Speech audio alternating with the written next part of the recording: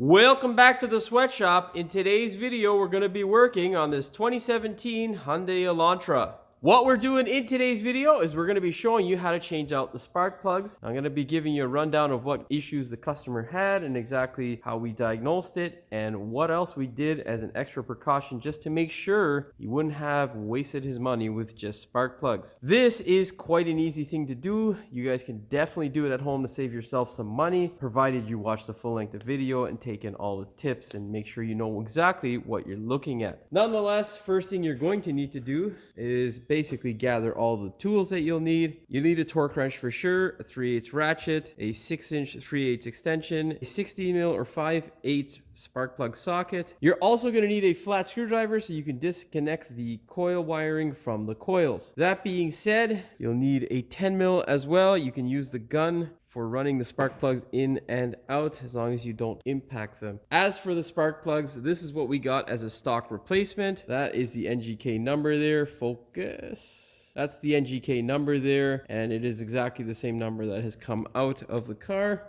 We verified that yesterday when I took it apart to diagnose it. When we took it apart to diagnose it, I had to remove this wonderful thing. It's easy enough. There are 4 connections that are rubber grommets like so. All you gotta do is just gently yank up on them. Do not be a gorilla and you'll be fine.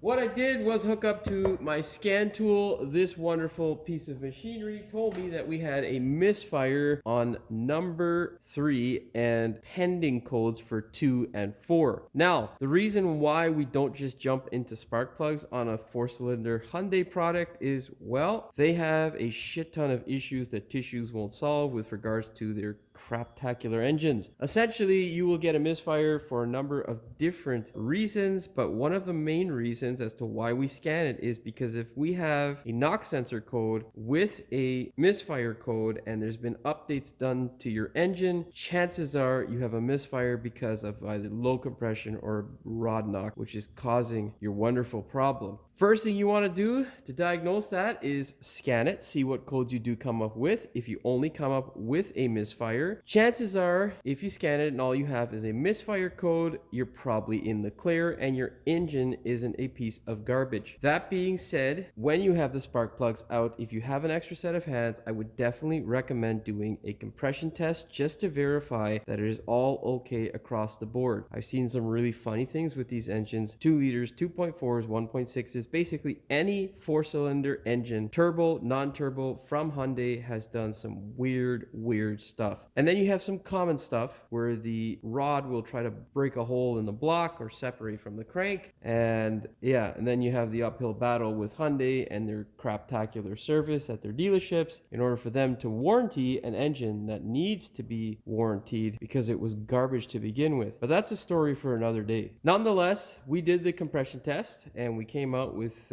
good numbers. The car seems to be running fine otherwise, and the spark plugs are in terrible shape. So looks like this thing should be good to go with a set of new plugs. That being said, before we get started with today's video and I ramble on some more, do me a big favor, hit that subscribe button as well as the notification bell so you never miss one of my new videos. Now, let's go ahead, open up our wonderful hood, and we will take a look at stuff underneath the that silver hood. After you've scanned your wonderful car and ascertained that you only have a misfire, you can go ahead and label your coils. Why that is because yes, these things can fail as well, and you want to make sure that if you have to swap it, you know which one you swap. Best way I found is to label it with those things we call numbers. That way you don't get confused like I often do when I'm overworked and tired like I currently am. Nonetheless, in order to separate our coils, we're going to need to disconnect this harness. I mean, you don't absolutely need to, but I do, just because you don't want to have this guy dangling and then it takes a wire out or something like that. Anyhow, up to you. What you're going to do is just force this guy back. That's how they actually sit. What you're going to do is just get in there a bit, push on it, and wiggle her back with the dirt and whatnot, and then trying to maneuver it. It can be a little bit of a task, but not that hard. And you're just going to separate them all like so. Okay. Then get your 10mm and fire. Place those guys in a safe place where you won't forget them. Pull your wonderful coils out. Now, when you are pulling the coils out initially for the first time, they can be a bit stiff. So if they are, what you want to do is just try to wiggle them around like so to try and break them loose. If it is overly tight or whatnot, you might end up ripping the boot, and at that point, you'll probably have to replace it. Now, your next step is to go ahead and remove the plugs. Of course, in order to do this, what you need to do is break him loose with your ratchet. I've already done this, so I'm gonna go ahead now and run these all out with my gun. Do not tighten up your spark plugs or try to break them free with a gun. That can be disastrous. And I'll show you why that is in a second.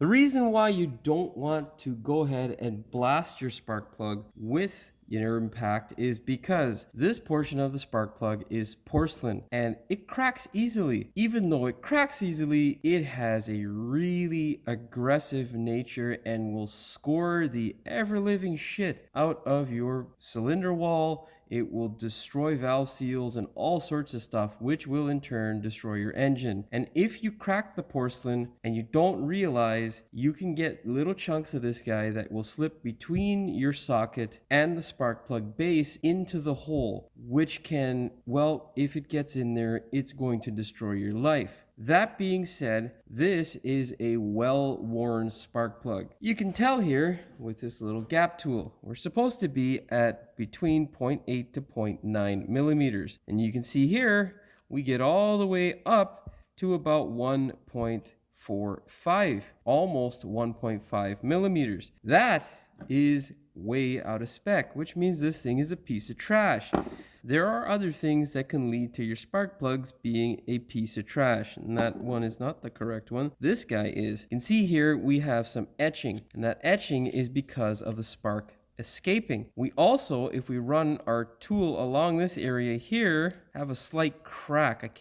Pretty sure I felt with my fingernail, but that's your next common problem. These guys here can crack over time, and it is entirely normal as they wear, as they experience all sorts of wonderful temperature changes and whatnot. I don't think these have one, but it happens. And if it does crack, automatic garbage. Doesn't matter what the electrode's doing, your spark plug's trash. And there we go, another 1.45 spark plug gap.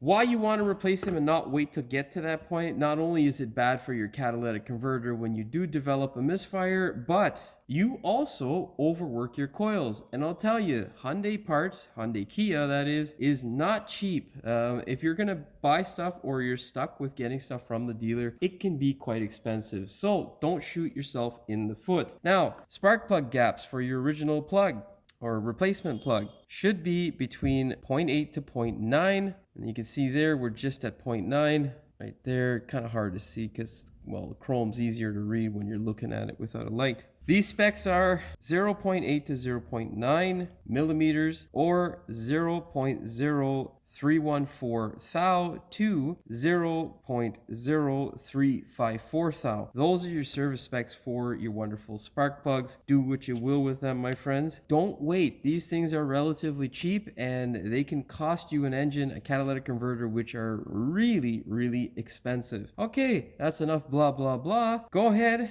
grab your spark plug tool and these wonderful spark plugs. If they are a little bit bigger in terms of gap, you can simply tap them. Although if you're not experienced, I wouldn't recommend doing it. Out of the box, these guys were at 1 millimeter. I did gap them. So, you know, if you're comfortable doing it, attempt it. If you're not, you'll be fine with the 1 millimeter as well. All right, let's go throw this shit in. Very important. Whenever putting in spark plugs, you want to make sure you have a socket that grips it. You do not want to leave it like this and then have the spark plug drop into the hole. That can damage your electrode, or worst case scenario, break your porcelain, end up in the hole, and then you have tears everywhere. Next thing you want to do that's very important is you want to thread your spark plug in by hand. You do not ever want to thread it up with a gun or, you know, even an extended ratchet or something you don't have a good feel with, because if you cross thread the spark plug holes on your head, oh buddy, yeah, it's expensive, yeah, and it'll also make you tear up So remember, never ever use a gun to drive these guys home.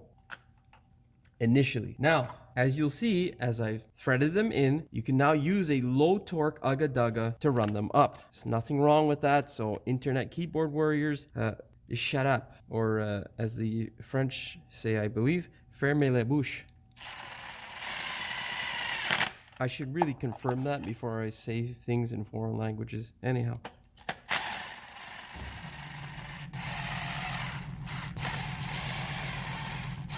Grab your torque wrench. Set your torque wrench to 18 foot-pounds or 25 newton meters. Now, one other thing I'll tell you is make sure you support the head of the ratchet as well as the extension so that when you're torquing it, it doesn't angle and crack the porcelain. Make sure these guys are nice and clean, there's no debris on them, and then shove them back home.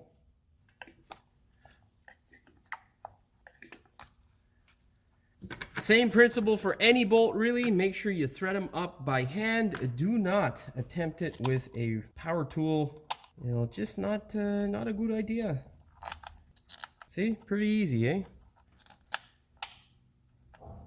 Once you thread them in, go ahead, run them up by hand or with a ugga-dugga gun if you choose, like I am, because it's not my hand. Grab your torque wrench, set it to 8 foot-pounds or 11 newton meters.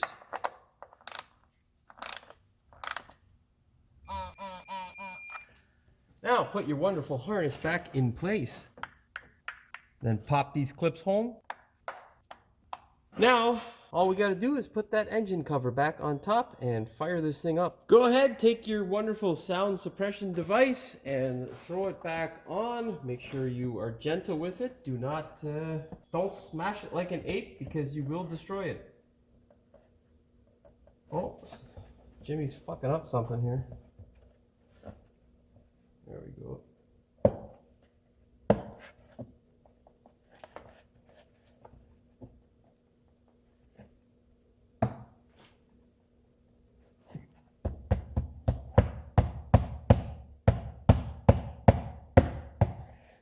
If yours is that much of a pain in the ass to get in, just put some WD-40 on it and that'll take care of it. Moment of truth, let's fire this junker up and see what's up. Come on, Hyundai garbage.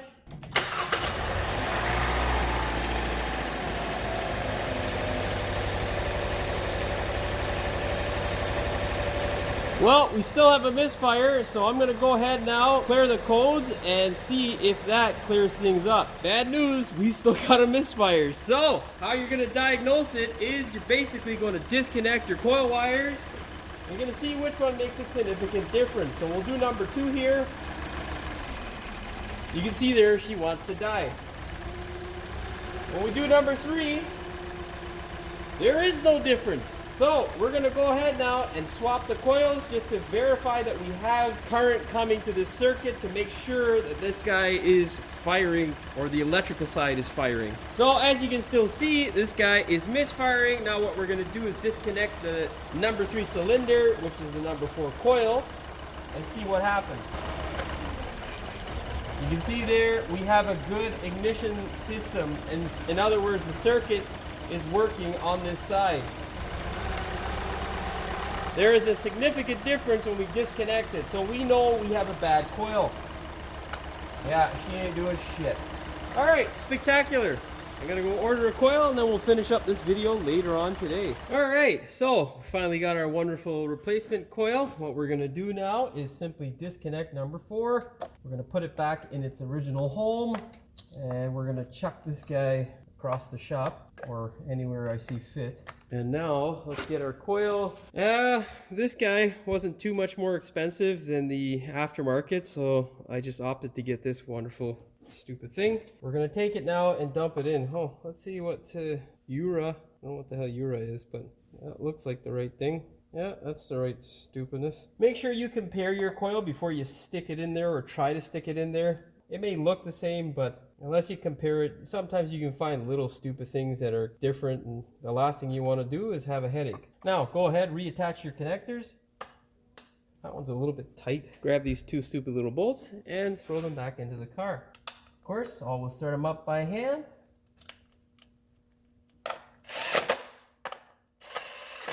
torque wrench, 8 foot-pounds or 11 Newton meters. And now let us start this junker.